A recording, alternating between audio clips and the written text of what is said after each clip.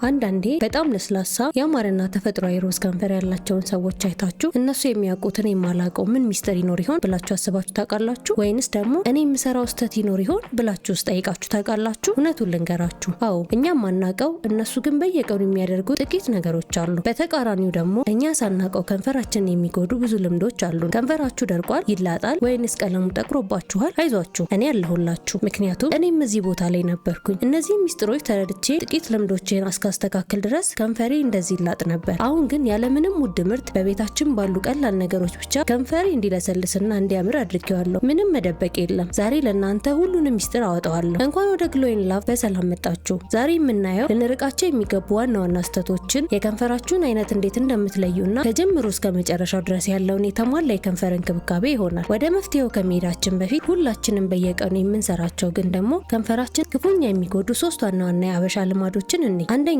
ዋነኛው ስህተት ከንፈራችን ሲደርቅ በምራቃችን ማርጠብ ነው። በተለይ በብርድ ሰዓት ከንፈራችን እንዳይሰነጣጠቅ ብለን የምናደርገው ነገር ይባስ እንዲደርቅና እንዲጠቁር ያደርገዋል። ምክንያቱም ምራቅ ውስጥ ያለው ኢንዛይም የከንፈራችንን ቀጭን ቆዳ ይበላዋል። ስለዚህ ከዛሬ ጀምሮ ከንፈርን በምራቅ ማርጠብ ይብቃ። ሁለተኛው ደግሞ ከንፈራችን ሲላጥ ቆዳውን በጥርስ የመንቀል ልምድ ነው። ብዙዎቻችን ስንጨነቅ ዝም ብለን ቆዳውን እነቅለዋለን። ይሄ ደግሞ የከንፈራችንን ላይ ቁስልና ዘላቂ የሆነ ጥቁረት ይፈጥራል። ቆዳውን ከመንቀል ይልቅ እንዴት ማለስለስ እንዳለብን ትንሽ ቆይተን እናያለን። ሶስተኛው ስህተት ደግሞ ውሃ ለመጠጣት ነው። በተለይ በሀገራችን ቅዝቃዜ ባለበት ወቅት ውሃ የመጠጣት ፍላጎታችን ይቀንሳል። ነገር ግን ከንፈራችን የሰውነታችን መስታወት ነው። በቂ ውሃ ካልጠጣን ከንፈራችን መድረቁ አይቀርም። በመጨረሻም ገበያ ላይ የምናገኛቸውንና በጣም ሽታ ያላቸውን ርካሽ ሊፕስቲኮችና ሊፕ ባሞች መጠቀም። እነዚህ ምርቶች ውስጥ ያሉ ኬሚካሎች ከንፈራችን ተፈጥሯዊ ቀለሙ እንዲያጣ ያደርጉታል። ልክ እንደ ቆዳችን ሁሉ ከንፈራችንም የተለያየ አይነት ባህሪ አለው። መፍትሄ ከመፈለጋችን በፊት የከንፈራችንን አይነት ማወቁ ትክክለኛውን እንክብካቤ ለማድረግ ይረዳናል። አሁኑኑ መስታወት ይዛችሁ ከኔ ጋር ፈትሹ።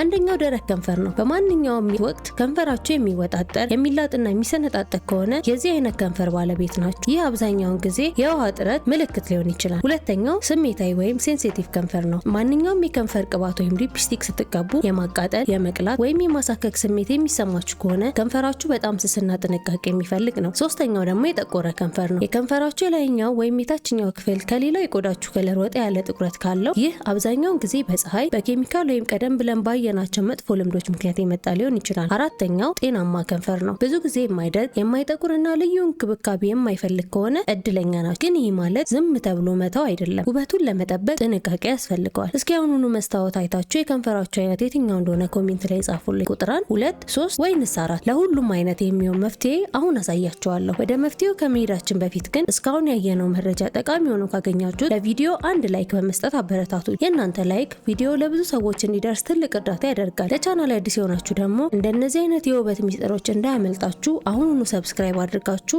የቤተሰባችን አባል ሁኑ። አሁን ደግሞ የከንፈራችሁን አይነት ካወቃችሁ በኋላ ለእያንዳንዱ አይነት የሚሆን ልዩ መፍትሄ እኔ ለደረቅ ከንፈር በሳምንት 2 ቀን በማርና በስኳር ቀስ አድርጋችሁ እሹት። ከዚያም ቫዝሊን ተቀቡ። ቫዝሊኑ እርጥበትን የመቆለፍ ተአምራዊ አቅም አለው። ለጠቆረ ከንፈር ጥቂት የሎሚ ጠብታ ከማር ጋር ቀላቅላችሁ ማታ ተቀብታችሁ ተኙ። ሎሚው ተፈጥሯዊ ብሊቺንግ ስላለው ጥቁረቱን ያጠፋዋል። ለስሜታዊ ከንፈራችሁ ቶሎ የሚቆጣ ከሆነ ተፈጥሯዊ ነገሮች ላይ ብቻ አተኩሩ። ሬት ወይም ንጹህ የኮኮናት ዘይት ምርጥ ምርጫችሁ ይሁን። ሬት ቆዳን የማለስለስና የቆሰለ ከንፈርን የመፈወስ ተአምራዊ አቅም አለው። ከንፈራችሁ በጣም ለሚቃጠል ወይም ለተሰነጣጠቀ ሰዎች ትኩስ የሬት ጄል ለ10 ደቂቃ ቀብታችሁ ተዉት። ልዩነቱን ወዲያው ታዩታላችሁ። ገበያ ላይ ሊፕ ባም ስትገዙ ጥንቃቄ አድርጉ። መግዛት የሌለባችሁ በጣም ጠንካራ ሽታ ያላቸውን፣ አልኮል ያላቸውን እና ሜታኖል የሚሉ ቃላት ያለባቸውን ምርቶች ያስወግዱ። እነዚህ ከንፈርን ይበልጥ ያደርቃሉ። መግዛት ያለባችሁ እንደ ሺያ በተር፣ ቢዋክስ እናም ካካዋ በተር ያሉ ግብአቶች ያሉባቸውን ሊፕ ባሞች ምረጡ። እነዚህ ለከንፈራችሁ እውነተኛ ምግብ ናቸው። የዕለት ተዕለት የከንፈር እንክብካቤ። የጠዋት እንክብካቤ።